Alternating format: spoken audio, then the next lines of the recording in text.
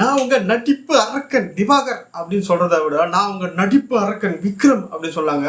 டேய் எங்கடா கிரடி இவ்வளவு நாளா வந்து உள்ள வச்சு ஏமாத்திந்தியாடா. கிட்டத்தட்ட எவ்வளவு நாளுங்க, 4 வாரம் 5 வாரங்க அவனோட கேரக்டரே வெளியில தெரியல. அதாவது நான் ஒரு காமெடி நடிக்கீங்க, என்ன ஏங்க அப்படி அழுவிக்கிறீங்க, எனக்கு வந்து கோபமே வராதுங்க, நான் அமைதி பசனுங்க அப்படின்லாம் சொன்ன நீ இன்னைக்கு எங்கடா போச்சு அது? ஏங்க எனக்கு ஒன்றும் புரியல. ஏன்னா எவ்வளோ நாளாக நான் நடிப்பீங்க நீங்கள்?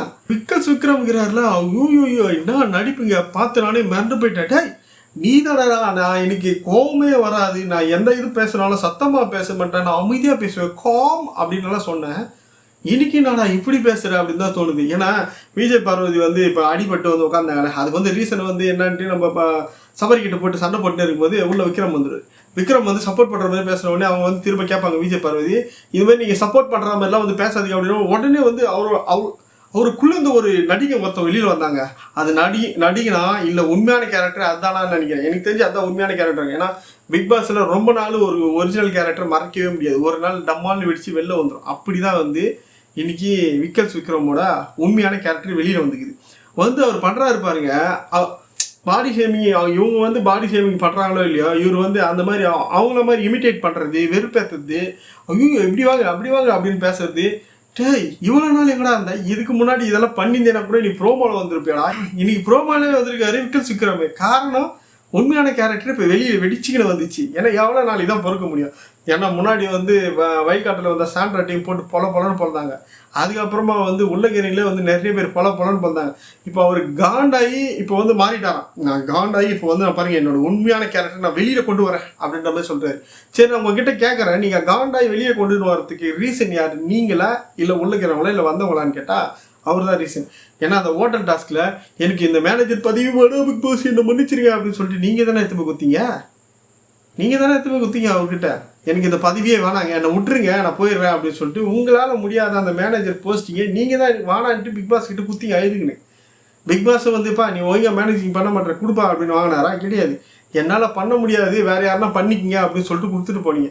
அது உங்களுடைய அதாவது மேனேஜிங் போஸ்ட்டுக்கே தக்க வைக்க முடியாத ஒரு இயலாமே. உங்களுடைய வேலையை வந்து ஒழுங்காக உங்களால் பார்க்க தெரியாது. அடுத்து வந்த நம்ம சபரி வந்து பார்த்தீங்கன்னா ஓரளவுக்கு வந்து மேனேஜ் பண்ணி அது வந்து சரியாக நடத்தினார். நீங்கள் அதை பண்ணாத தொட்டு இப்போ என்னமோ அது அப்படியே உள்ளுக்குள்ளேருந்து வெளியில் வந்த மாதிரி அந்த அப்படியே பொங்கின்னு வருது. அப்படியே கோவம் வந்து இப்போ அவரோட கேரக்டர் வந்து இப்போ வெளியில் இப்போ தான் வந்திருக்காரு. இவ்வளோ நாள் போயிருந்தல அப்போல்லாம் வந்து பேசியிருந்தேன்னா ஒன்றை ப்ரோமோவில் போட்டு ஒன்றை வச்சா நாங்கள் கண்டென்ட்டாவது பேசிப்போம். இப்போ சம்மந்தமே நம்ம பேசிக்கிறப்பாரு. ஐயோ இப்படி ஒரு நடிப்பு அரக்கனே பார்த்ததே இல்லை. ஏன்னா இந்த வீட்டுக்குள்ளே நடிப்பு அரக்கன் தான் நிறைய பேர் இருக்காங்க. விக்கல்ஸு திவாகர் ஃபுல்லாக நடிக்கிறாங்க. இவங்களோட ஒரிஜினல் கேரக்டரை வெளியில் எடுத்துகிட்டு வர்றது ரொம்ப கஷ்டம். ஏன்னா கிட்டத்தட்ட பாருங்கள் 5 வாரம் கழிச்சு தான் நம்ம விக்ரம்ஸ் யார் இருந்தே நம்மளுக்கு காட்டுறாரு. இவ்வளோ நேரம் வந்து அப்படியே சும்மா அடிக்கி வச்சிருந்தார் அவருடைய ஒட்டுமையான அவருடைய கேரக்டரை. இப்போ தான் வந்து டப்புன்னு வெடிச்சு அவரோட உண்மையான ரியல் ஃபேஸு வெளியில் வருது.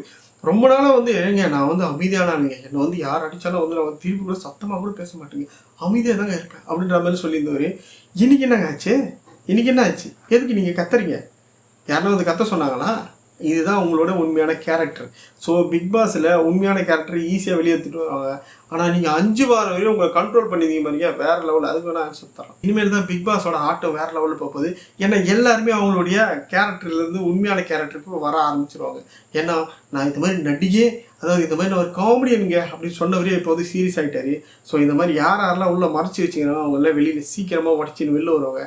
கேம் தரமாக இருக்கும். இந்த மாதிரி திடீர்னு அவரோட கேரக்டரை வெளியே கொண்டு வந்த விக்ரமை பற்றி உங்களுக்கு என்ன தோணுது? மறக்காமல் கமெண்ட் செக்ஷனில் கமெண்ட் பண்ணுங்கள். இந்த மாதிரி யாரெல்லாம் வந்து நடிக்கிறாங்க, நம்ம பிக் பாஸில் என்ன மாதிரிலாம் நடக்குதுன்ற அப்டேட் உங்களுக்கு வேணா நம்ம சேனலில் சப்ஸ்கிரைப் பண்ணி வச்சுக்கோங்க. அடுத்து சூப்பரான அப்டேட் உங்களை வந்து பார்க்குறேன். பாய்.